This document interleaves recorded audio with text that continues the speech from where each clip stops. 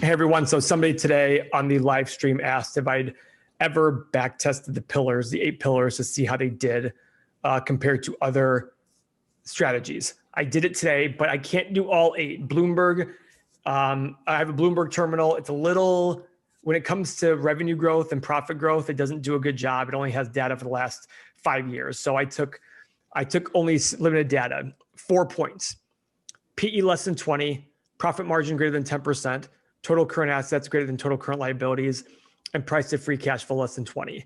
I did that for the S&P 500, and it crushed the market. Crushed. So I'm going to share the screen and show you. So this is the Bloomberg terminal right here. This green means it beat the market. Not that it was profitable, it beat the market. The red is it lost the market. So it could have still made money these years, but just didn't do as well as the market. It could have still lost money these years, but just did better than the market. So keep that in mind. The other thing to know is the number of stocks every year changes drastically. As low as 5, as high as 95 in 2008. Makes sense. The market fell into 2008, it went to 95 stocks.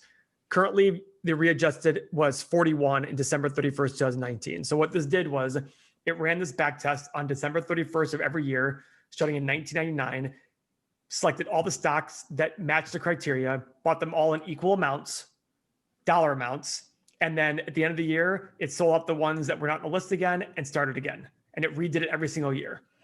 So to show you how it did, 11.72 versus the S&P did 224. What this means is the screener grew by 12.72 times, because this is percentage, cumulative return, and the S&P was up 224%, which is 3.24 times more.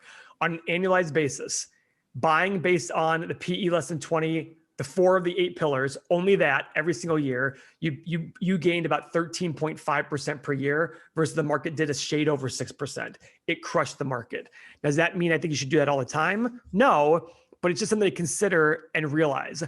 And also realize that we didn't beat the market every year. And there'll be times when you lose by 16% of the market, and you have to be comfortable going forward and being okay saying, I'm in this for the long haul. Where it crushed in the 2000s and then it's still beaten into 2010, but not by as much. So keep these things in mind.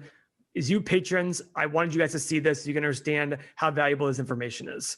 So thanks very much, guys, and we'll talk soon.